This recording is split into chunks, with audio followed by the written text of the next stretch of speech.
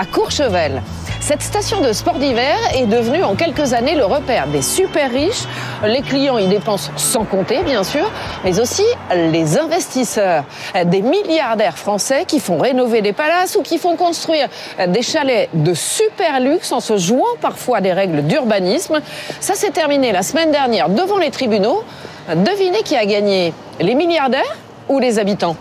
Certains habitants dénoncent une frénésie immobilière au profit d'une poignée de super privilégiés. L'une des rares à accepter d'en parler publiquement est une élue d'opposition. Isabelle Monsénégo, conseillère municipale sans étiquette politique.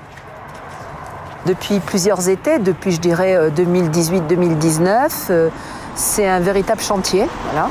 Donc il y a des camions partout, on ne peut pas passer, il y a de la poussière partout, on nous coupe les réseaux, voilà, c'est le salon du BTP. Elle nous emmène dans le quartier le plus prisé de la station, le jardin alpin, le terrain de jeu des milliardaires.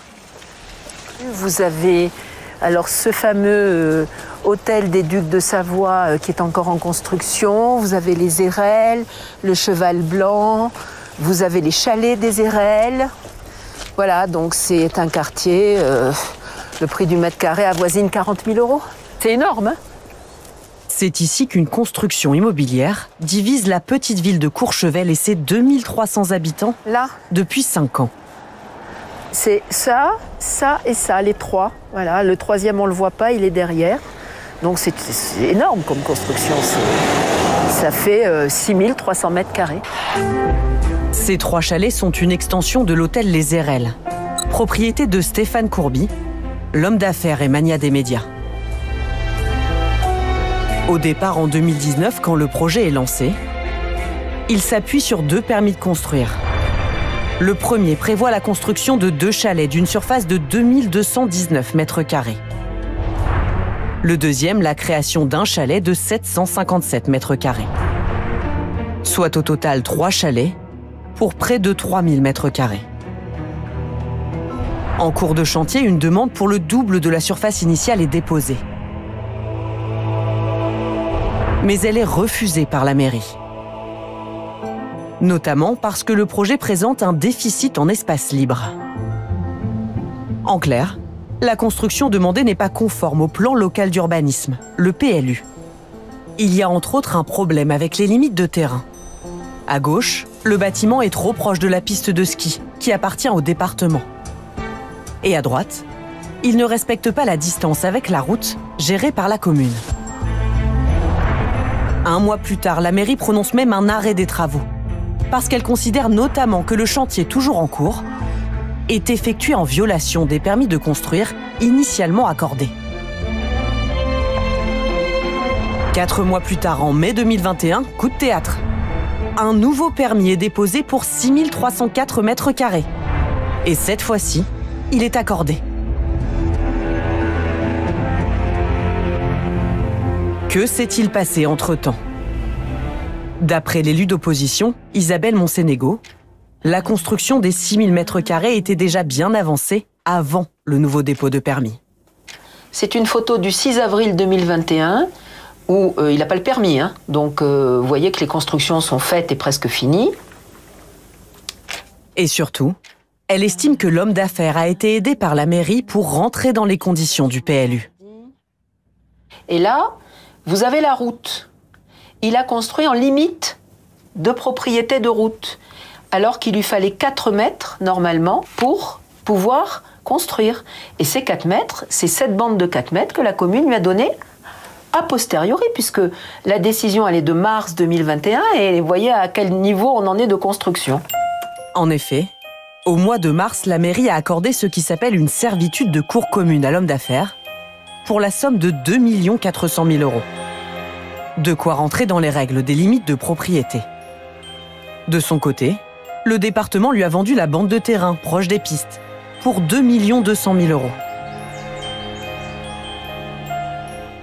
C'est notamment ce qui va permettre à la mairie de valider le permis de construire.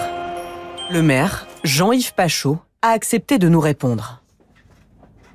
Quel était l'intérêt de la commune, du coup, d'accorder ce permis qui avait été une première fois arrêté? À la place, avant, de ces chalets, il y en avait d'autres. C'est pas une construction qui est arrivée comme ça. Il y avait 3 chalets à la place des 3 chalets, qui étaient certes beaucoup plus petits, puisqu'à l'époque, on faisait des chalets à toit plat beaucoup plus petits. Et voilà, on a des demandes. Je préfère les voir ici qu'en Autriche ou en Suisse. Moi, personnellement. Mais cette décision de la commune est loin de faire l'unanimité. Elle est contestée par une association dont fait partie l'élu d'opposition. Ils ont attaqué le propriétaire des chalets et le bâtisseur pour construction en violation des dispositions d'un PLU.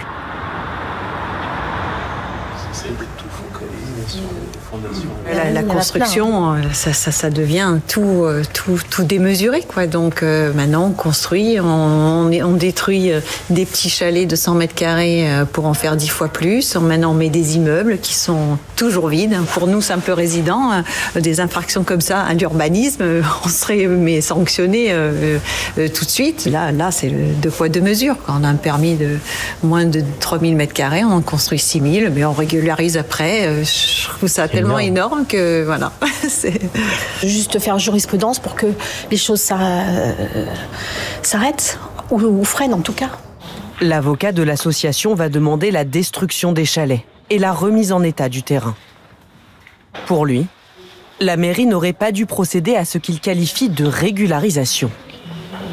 On engage des biens de la commune pour permettre aux auteurs d'infractions contre la ville, contre ses habitants, contre ses espaces verts, de conserver le produit de leur infraction. Donc c'est indispensable de le dénoncer devant le tribunal parce qu'il n'y a plus personne autrement pour le faire. À l'audience, les avocats de Stéphane Courbier, du constructeur, ont déclaré que tout avait été fait dans les règles. Si des travaux ont continué après l'arrêté de la mairie, il s'agissait juste de la mise en sécurité du chantier. Il y a une semaine, les prévenus ont été déclarés coupables, notamment de construction en violation des dispositions du PLU. Ils ont écopé de plus de 4 millions d'euros d'amende. L'avocat de Stéphane Courbier nous a fait part de son intention de faire appel de cette décision et conteste les infractions reprochées. Celui du constructeur ne nous a pas encore indiqué la décision de son client. Dans l'attente de l'issue de l'appel, il reste présumé innocent.